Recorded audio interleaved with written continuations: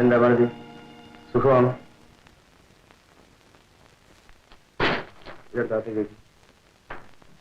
ഒന്നുമില്ല, എന്റെ സാരിയും കുറച്ച് ഓറഞ്ച് ഒക്കെയാണ്. നിനക്ക് വേണ്ടി വാങ്ങിച്ചതാ.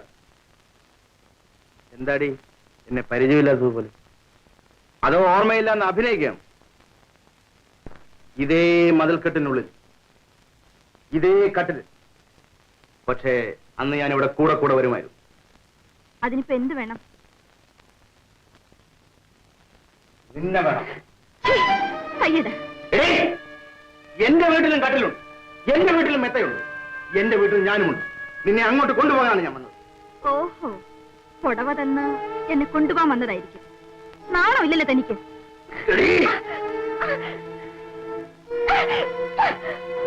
ശീലാവധി ചമയുകയാണോ? എല്ലാ സൗകര്യങ്ങളും തരാം.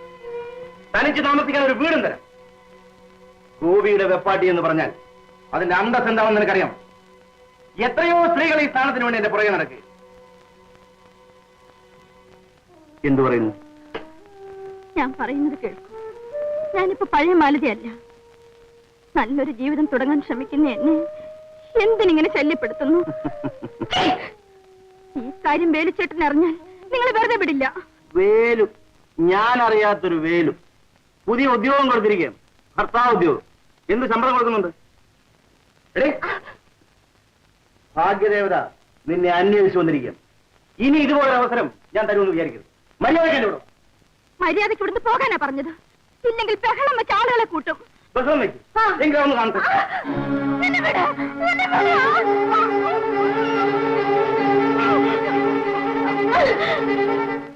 മാലതി മാലതി തന്നെയാണ്.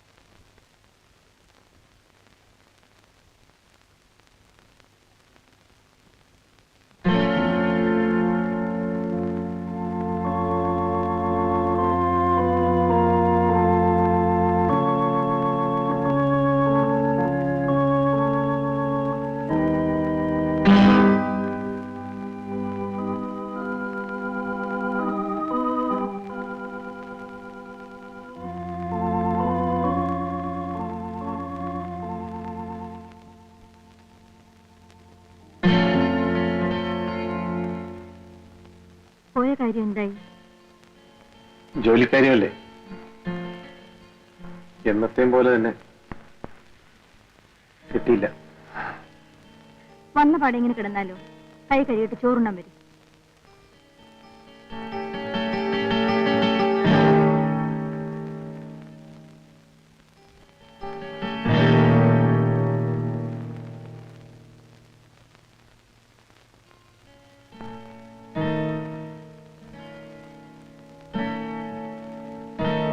ഇതല്ലേ നിങ്ങൾ നോക്കുന്നത്? ശരി ശരി, ഒരു ഊണ് കഴിക്കണം.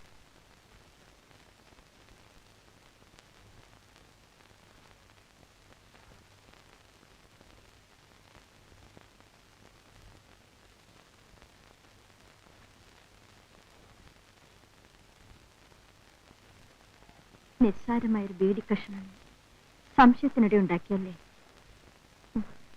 ബീഡിയുടെ ഉടമസ്ഥൻ ആരാണെന്ന് ചോദിച്ചില്ലല്ലോ. ചോദിച്ചെങ്കിലേ പറയാം. നിങ്ങളുടെ അനുജൻ ഗോപിയാണ്. അവനോട് വന്നിരുന്നോ? അതെ, വന്നിരുന്നു. ഞാൻ അവന്റെ കൂടെ പാർക്കണമെന്ന്, വെപ്പാട്ടിയായിട്ട്. സകല സൗകര്യങ്ങളും തരാമെന്ന്. പക്ഷേ ഞാനവനെ ഓടിച്ചു വിട്ടു. അവനെ നിനക്ക് നേരത്തെ അറിയാം? നേരത്തെ പരിചയപ്പെടാത്ത ഒരേ ഒരാൾ മാത്രമേ ഉള്ളൂ, എന്റെ വേലുവേട്ടൻ. എന്റെ പഴയ ജീവിതം കണ്ടുമുട്ടിയവരിൽ ഗോപി ഒരാളാണ്. ഭാര്യയും ഭർത്താവൊന്നും പറയാറായിട്ടില്ല. അപ്പോഴേക്കും സംശയം കണ്ടില്ലേ? ആൺവർഗത്തിന്റെ കൂടപ്പിറപ്പല്ലേ സംശയം. സംശയിച്ചതല്ല മാലതി, പണ്ടത്തെ പരിചയക്കാരിൽ നിന്നുള്ള ശല്യം കുറെ കാലം കൂടി നിനക്ക് തുടർന്നു വന്നേക്കാം. എങ്കിലും നീ സത്യം പറഞ്ഞാൽ എനിക്ക് സന്തോഷമേ ഉള്ളൂ. ഇനിയൊരു സത്യം കൂടിയുണ്ട്. എന്താ? ഗോപി എന്നെ ബലാത്കാരമായി കെട്ടിപ്പിടിച്ച് ദാ ഇത് കണ്ടില്ലേ?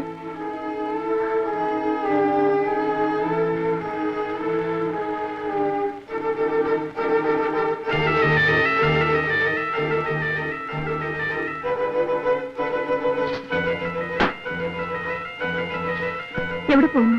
ഗോപിയുടെ വീട്ടിലേക്കോ? അതെ. അടിപിടി കൂടി അപകടമൊന്നും ഉണ്ടാക്കരുതേ. ഒന്ന് നിൽക്കൂ.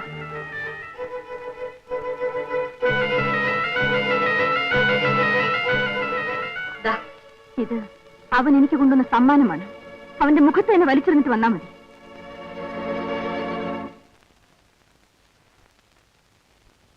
എടി ഭാർഗവി, ഈ കഥ തുറന്നിട്ട് റോഡെ പോകുന്ന പട്ടിയും പൂച്ചയൊക്കെ അകത്ത് കയറുമെന്ന് അറിയാമേ.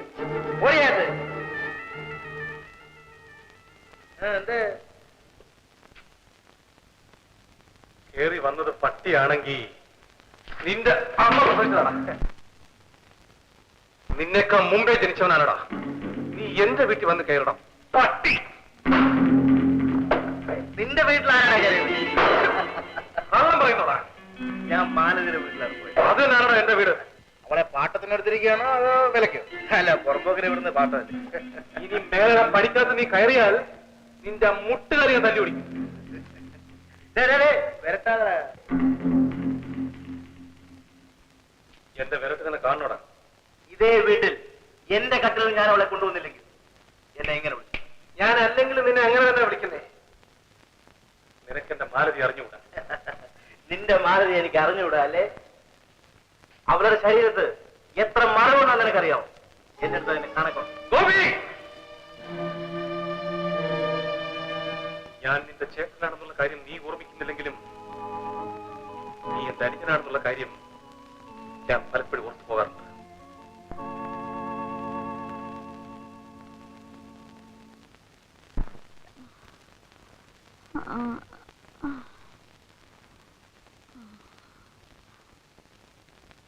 എന്താ ഇത്രയും താമസിച്ചത്?